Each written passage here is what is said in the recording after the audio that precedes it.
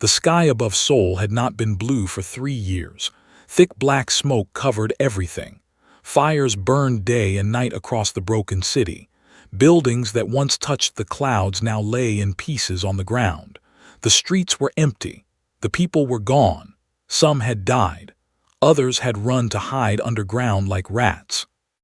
Earth was dying. They had come from the stars without warning. Their ships blocked out the sun when they arrived. Massive dark shapes that hung in the sky like mountains. They did not come to talk. They did not come to trade. They came to take everything and kill everyone. Humanity fought back. Of course they did. Every nation sent their armies. Every country launched their missiles. Fighter jets filled the sky. Soldiers marched into battle with courage in their hearts. It meant nothing. They were too strong. Their weapons turned tanks into melted metal. Their shields stopped every bomb. Their soldiers stood 8 feet tall, covered in armor that grew from their own bodies. 4 red eyes glowed on each alien face. They moved like nightmares made real. In 3 months, they destroyed every military on Earth. In 6 months, they controlled every major city. In 1 year, half of humanity was dead. Now, in the 3rd year of the invasion, only scattered groups of survivors remained. They hid in tunnels and caves. They lived like ghosts in the ruins of their own world. Hope was a word nobody used anymore. But deep beneath the burning ruins of Seoul, in a secret laboratory that the aliens had never found, hope was being built. Doctor stood in front of a large metal pod. She was 42 years old, but the war had made her look 60. Her hair had turned gray. Dark circles lived under her eyes. She had not slept properly in months, but her hands were steady as she checked the screens around the pod. Inside the pod, floating in green liquid, was a young man. He looked about 25 years old.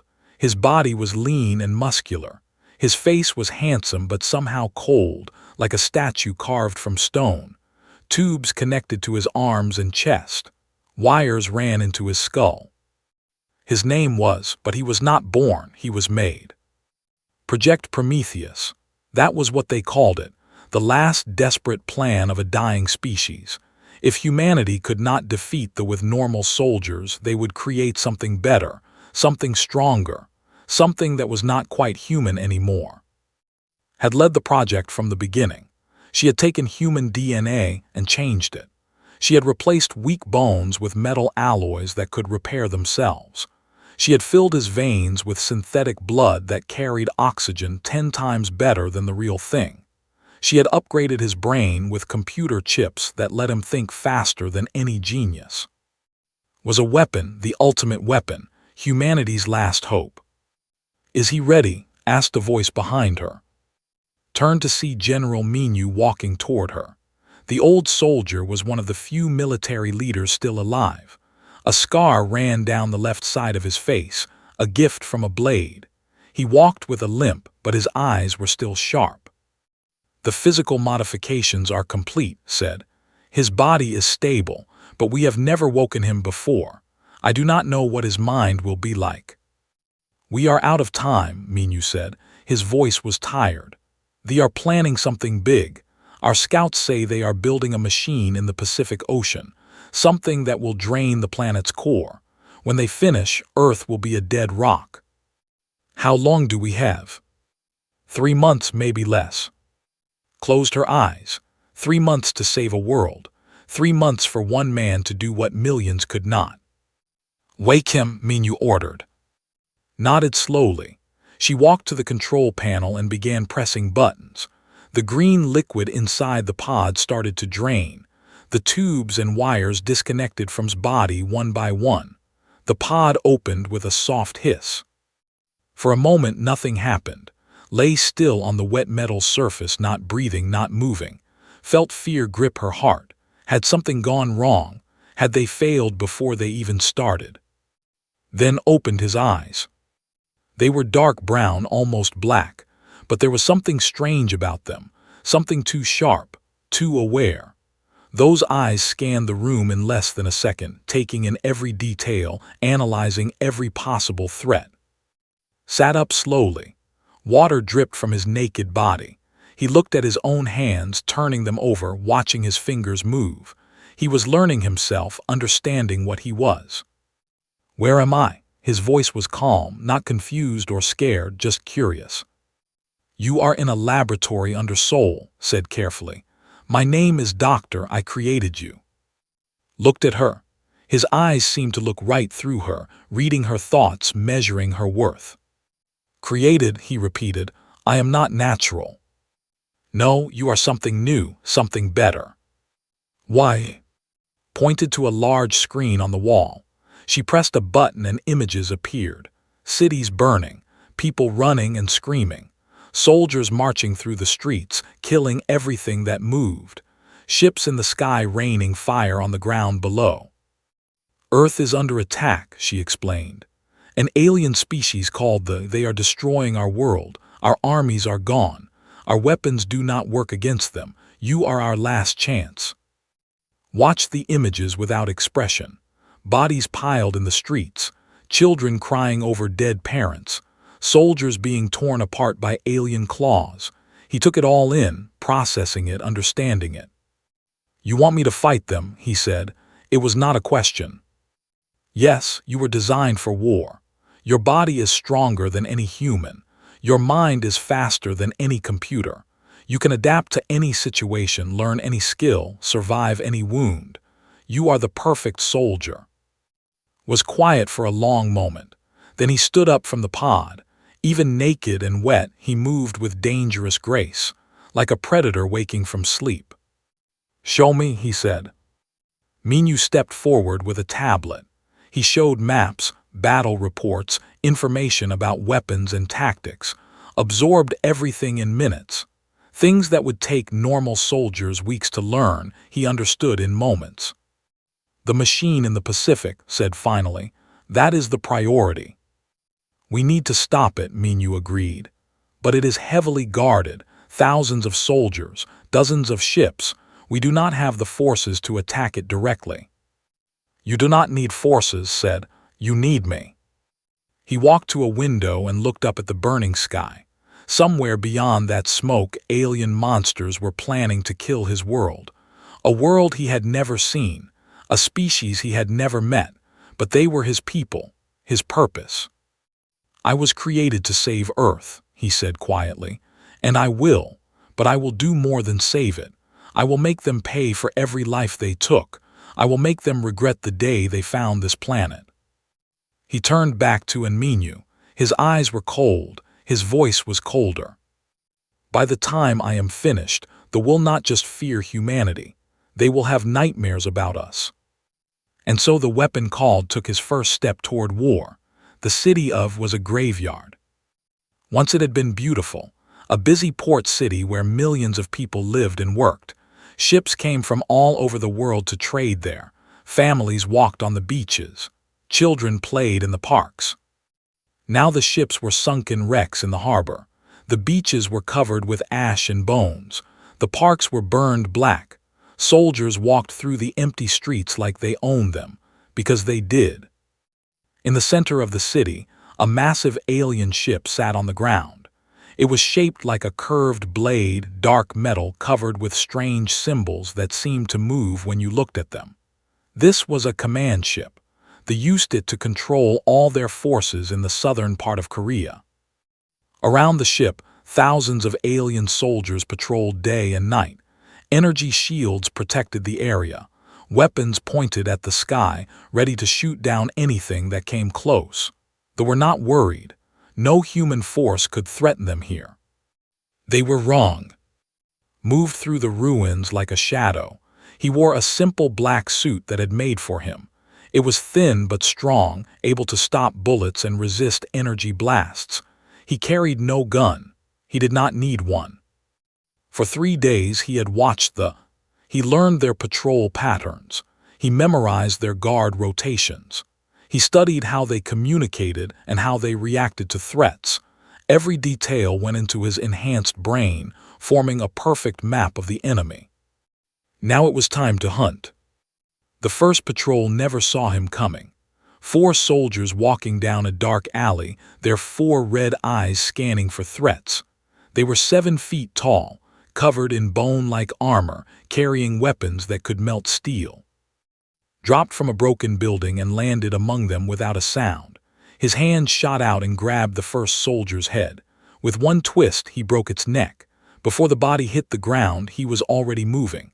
A punch to the second soldier's chest cracked through its armor and stopped its heart. The third raised its weapon but was faster. He took the weapon and shoved it through the alien's skull.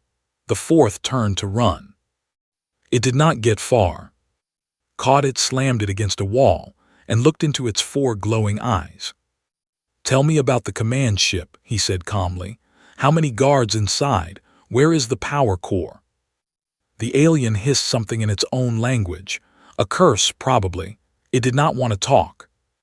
That was fine, had other ways. He pressed his thumb against the alien's forehead.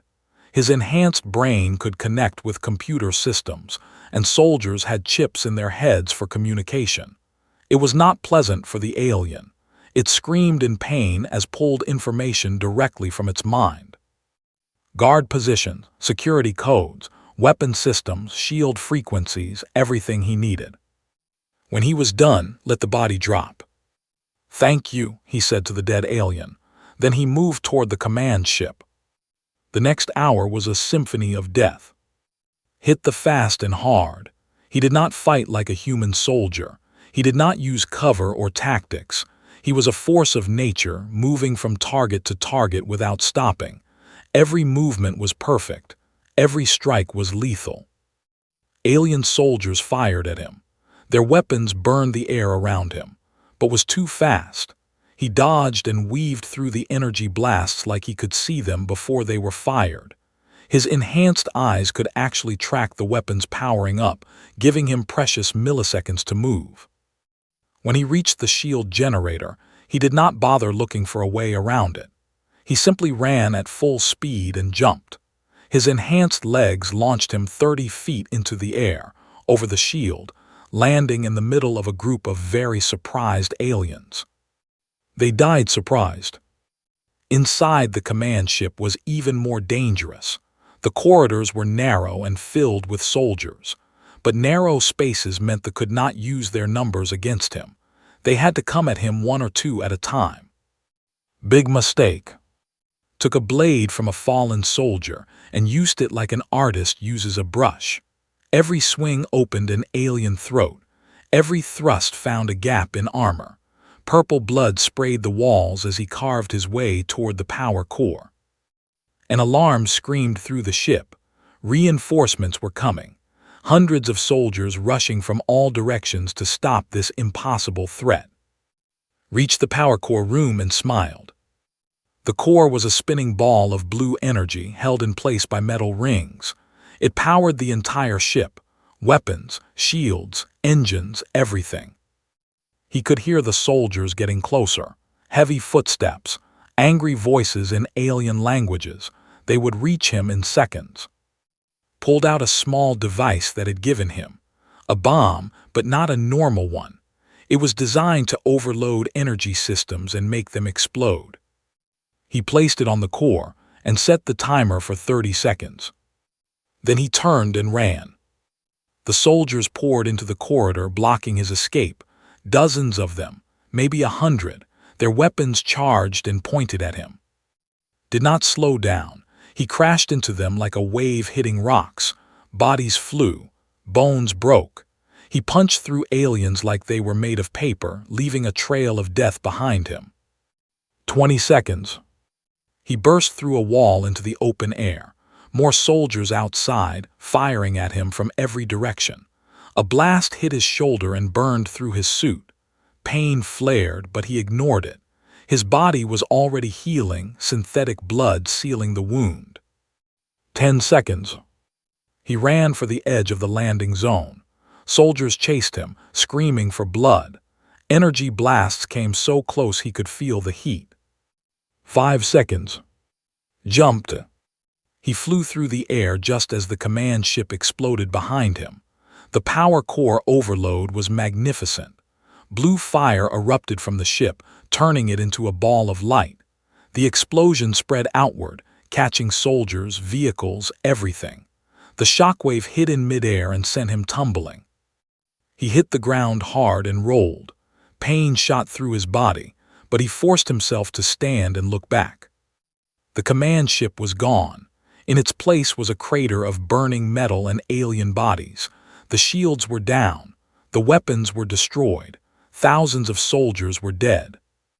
Stood in the light of the flames, covered in purple blood that was not his own. His shoulder was burned. His body ached, but he was alive.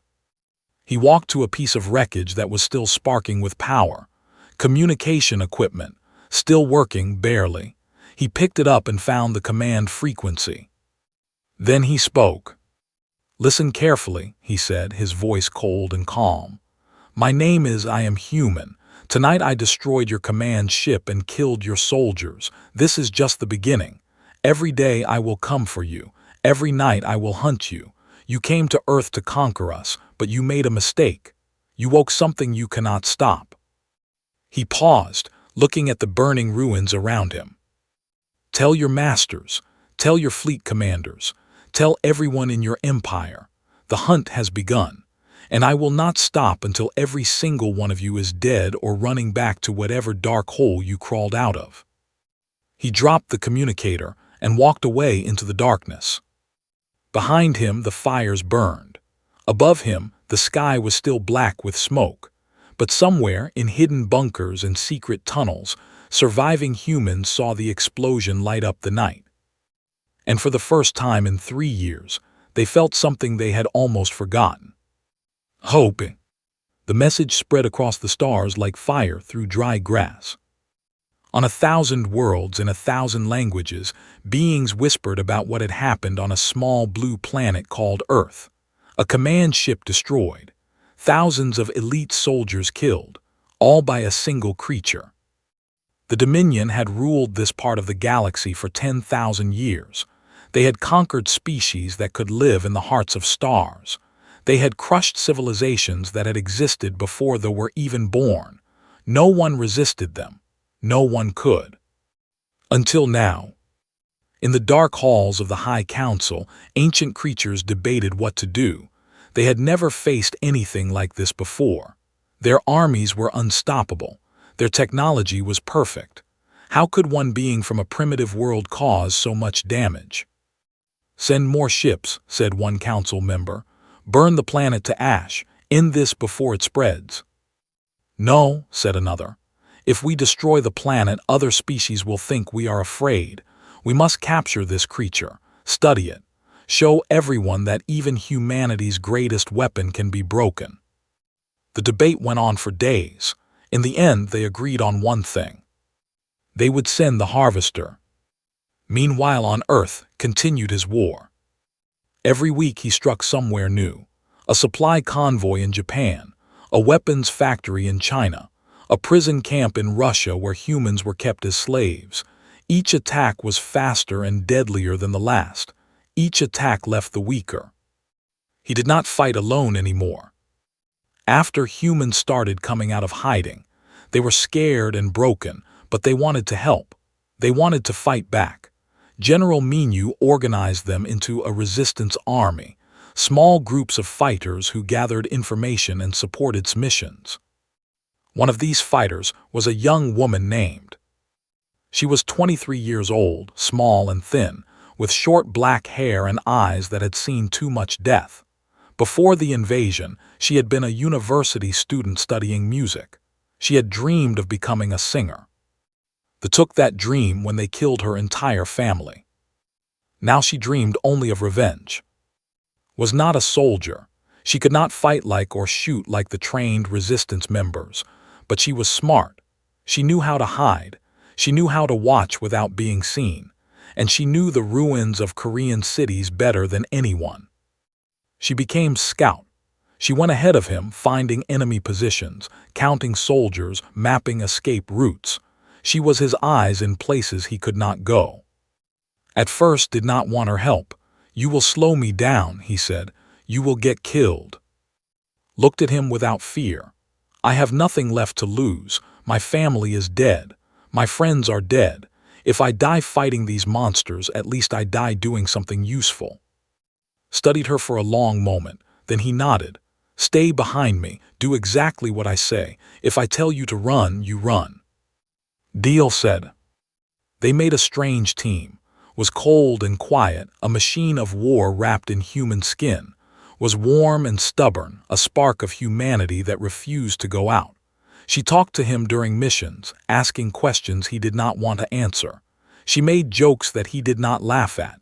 She treated him like a person, not a weapon. Nobody else did that.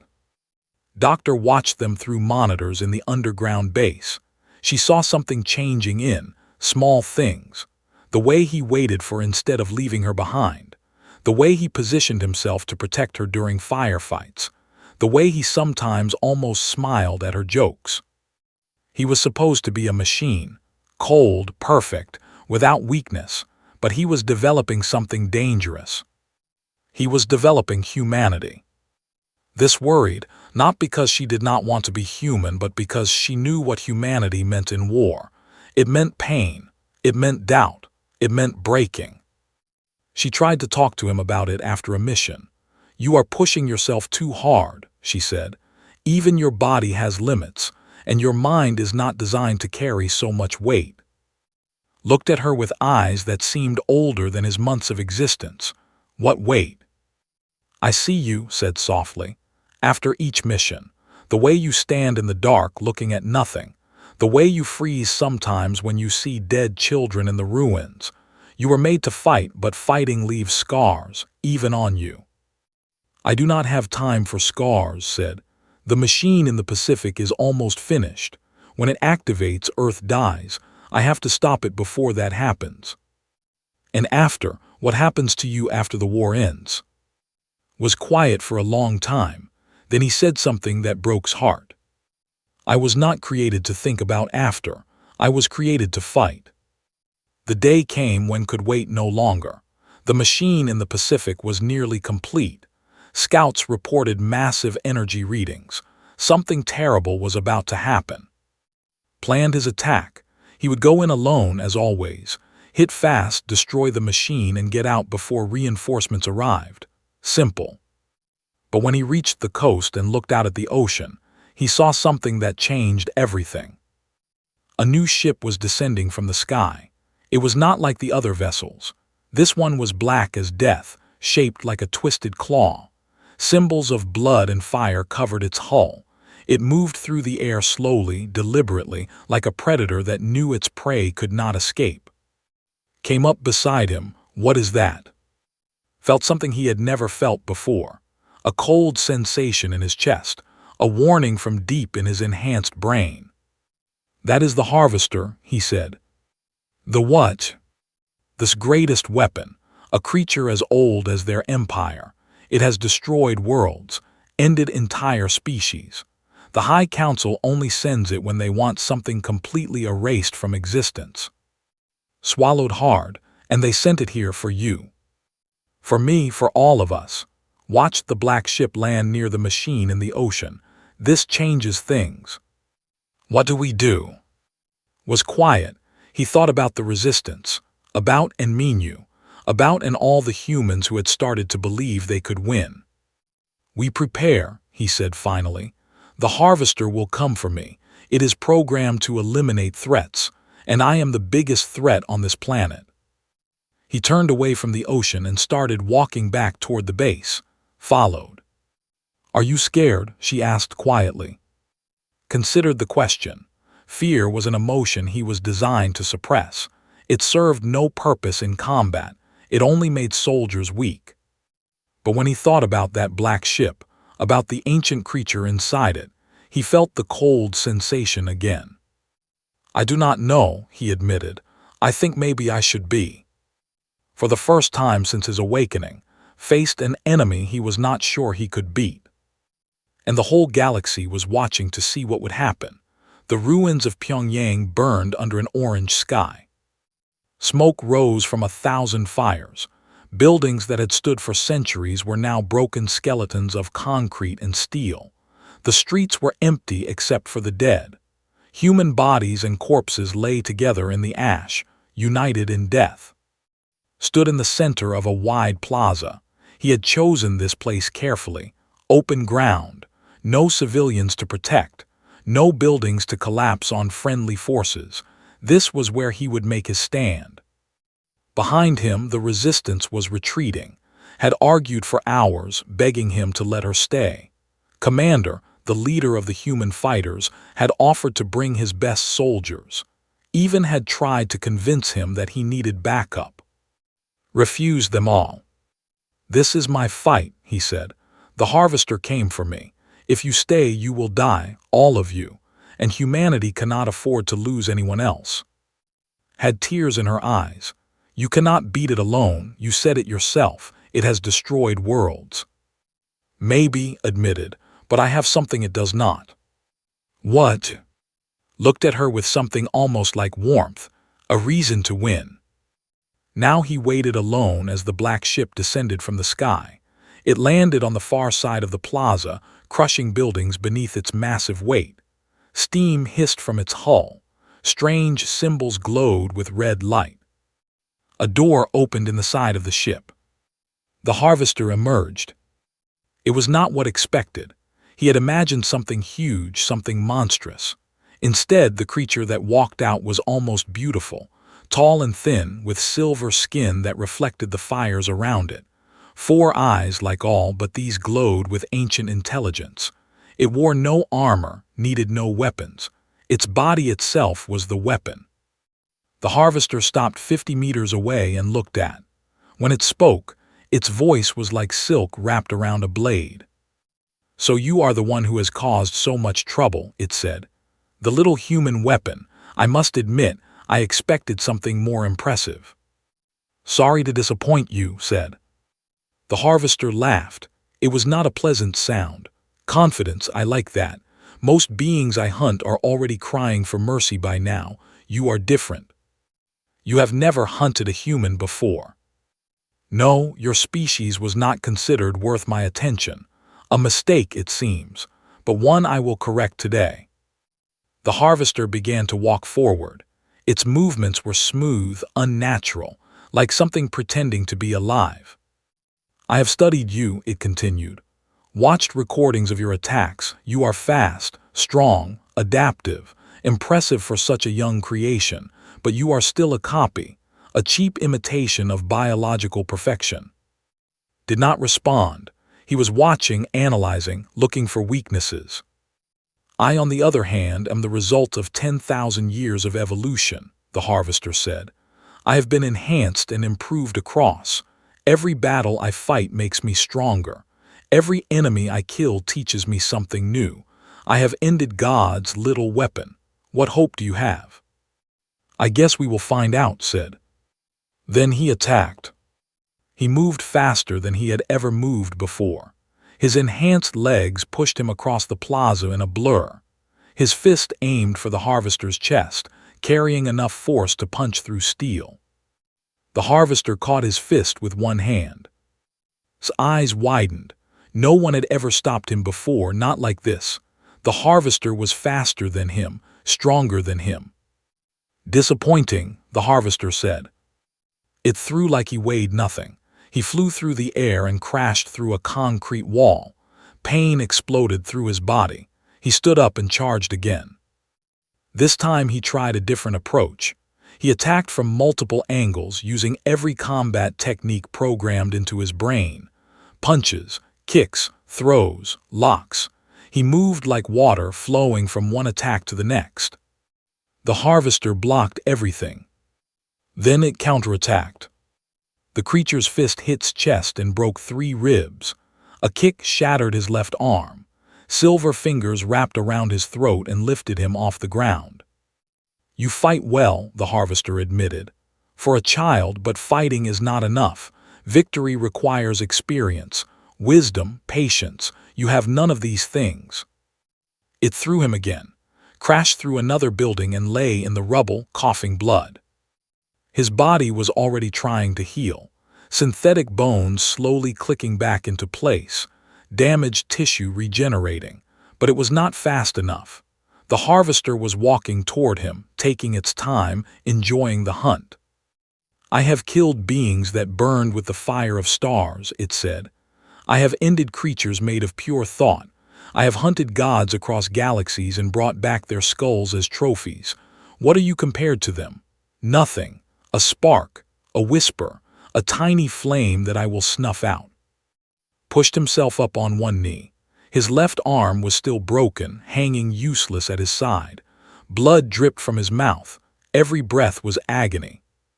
But he smiled. The harvester paused. "Why do you smile? You are dying." "Because you made a mistake," said. "What mistake?" "You focused on me." The harvester's 4 eyes narrowed. Then it heard the sound, a distant rumbling coming from the sky. It looked up just in time to see its black ship explode. Fire bloomed in the sky as the vessel tore itself apart. Secondary explosions rippled through its hull. Pieces of burning metal rained down on the city. The harvester stared in disbelief. Impossible, the ship's defenses were not designed to stop humans who sneak in through the waste systems, said. "Commander and his team planted bombs while you were busy with me. I was the distraction." For the first time, something like anger crossed the harvester's face.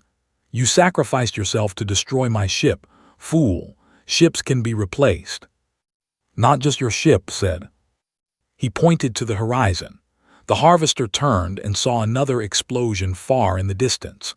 The ocean lit up with blue fire as the machine in the Pacific destroyed itself. "Led a team there," explained. "While you were hunting me, while your soldiers were guarding your ship, nobody was watching the machine." The harvester went very still. The machine was the priority. The High Council wanted Earth's core energy. "And now they will not get it," forced himself to stand on shaking legs. "That is the difference between us.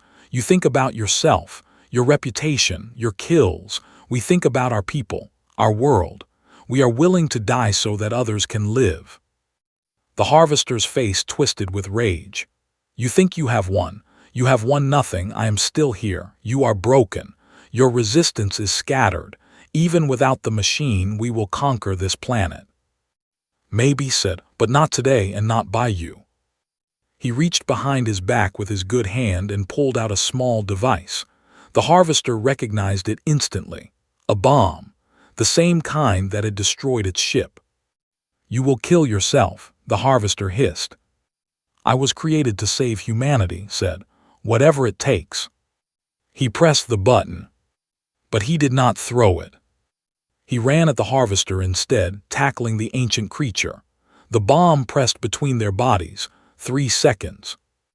The harvester tried to pull away, but held on with every bit of strength he had left. His broken arm screamed in pain. His vision blurred. 2 seconds.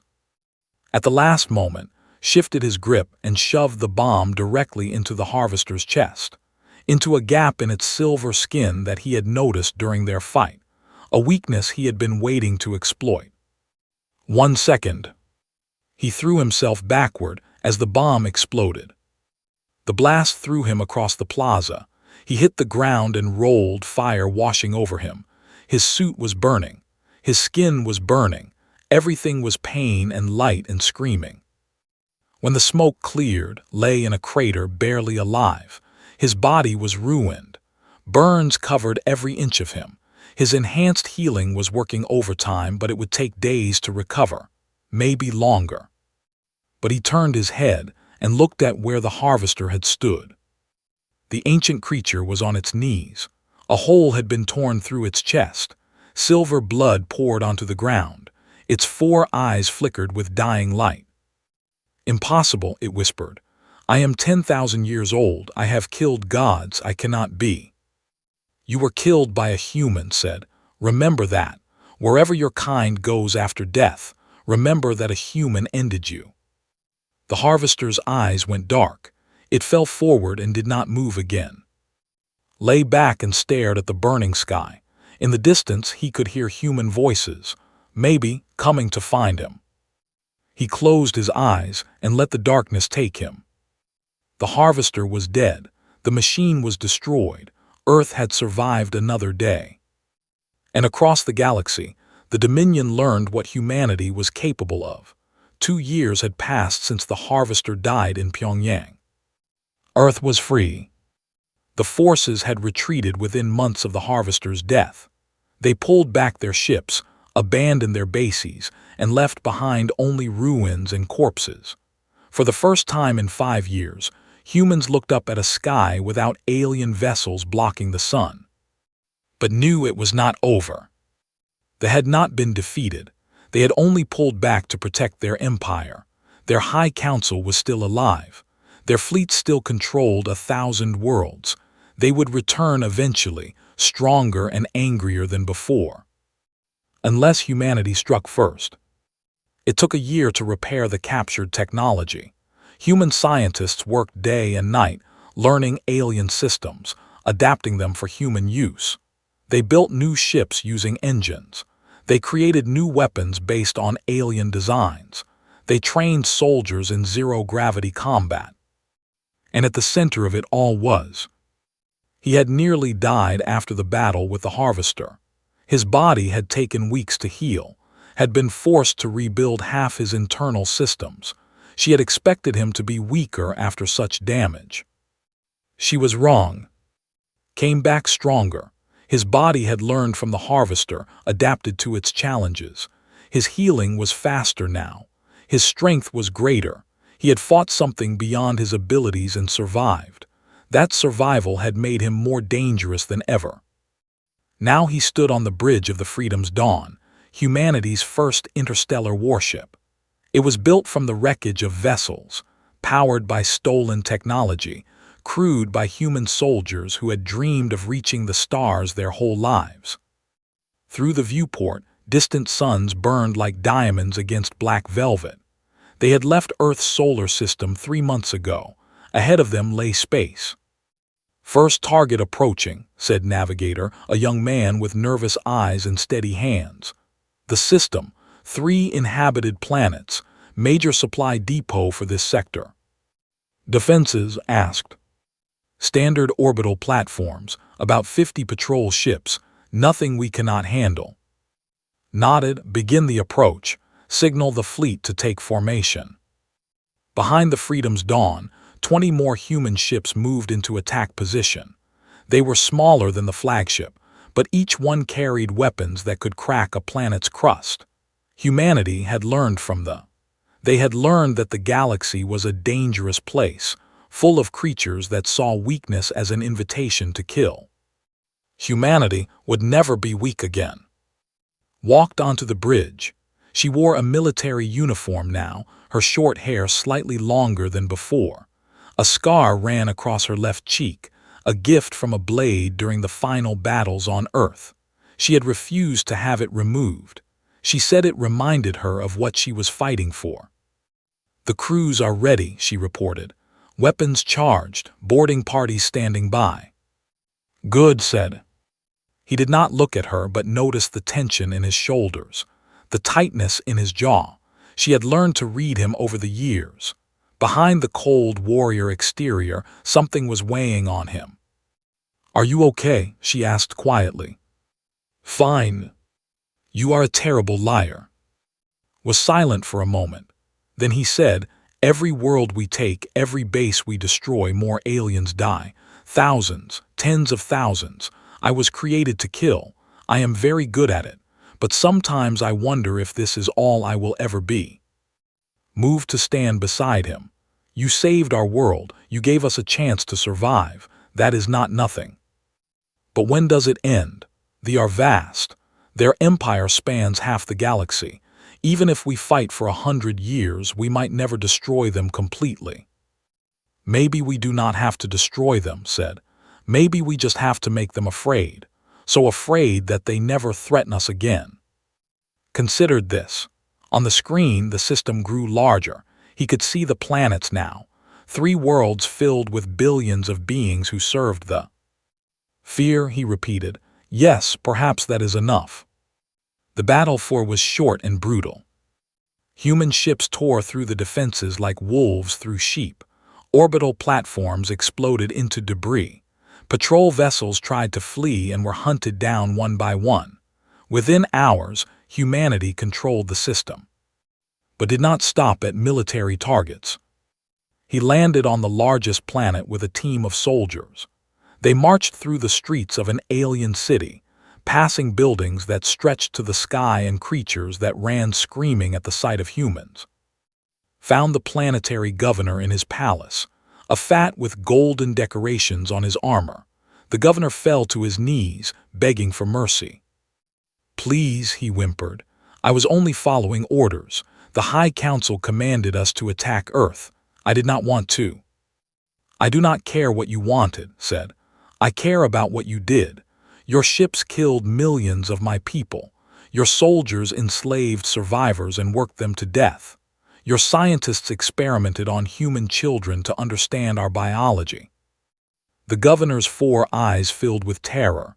"I will give you anything, information, resources. I know secrets about the High Council." "Good, tell me everything."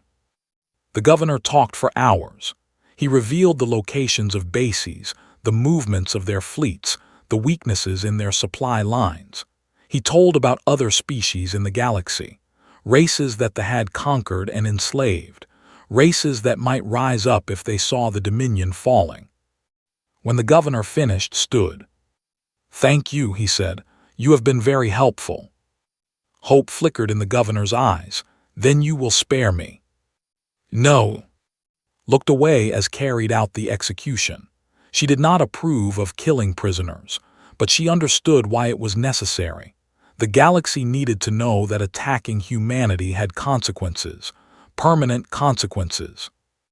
Over the next year, the human fleet struck again and again. They destroyed 12 bases. They freed 6 enslaved species. They captured enough technology to build 100 more ships. Every victory made humanity stronger and the Dominion weaker. But it came with a cost. Watched reports from Earth. She saw the numbers: enemy killed, worlds burned, prisoners executed. Each report was colder than the last. Each message carried less emotion. Her creation was becoming what she had always feared: a perfect weapon, a being without humanity, a nightmare given flesh. She sent him a message: "I am worried about you, please respond." Days passed before he answered. "I am fine, the mission continues." "That is not what I asked. Are you still you? Do you still feel anything?" The response took even longer this time. "I do not know. Sometimes I try to remember what it felt like, to be human, to laugh, to hope. But it is like trying to hold water in my hands. It slips away before I can understand it." Read the message with tears in her eyes. She had created to save humanity, but in doing so, she might have destroyed the humanity in him. On the bridge of freedom's dawn, stood alone at the viewport. Stars stretched endlessly before him, billions of them. Each one might have worlds orbiting around it, worlds with beings who laughed and loved and dreamed, and worlds with beings who conquered and killed and enslaved. He had made the afraid. Across the galaxy, their soldiers whispered his name like a curse. Their commanders woke from nightmares about the human weapon that could not be stopped. Their High Council debated whether to sue for peace, but did not feel satisfied. He did not feel anything. The door opened behind him. Walked in, as she always did when he was alone too long. "You missed dinner," she said. "I was not hungry." "You are never hungry." She came to stand beside him. "What are you thinking about?" "The future," said. "The war will end someday. They will either be destroyed or they will surrender. And when that happens..." "What?" "I do not know what to do. Fighting is all I know. Killing is all I am good at. What happens to a weapon when there is no more war?" Was quiet for a moment. Then she did something she had never done before. She reached out and took his hand. Synthetic skin over metal bones, but still, somehow, warm. "Then maybe you stop being a weapon," she said. "Maybe you start being something else." "What?" "I do not know, a person, A friend, someone who creates instead of destroys. She squeezed his hand.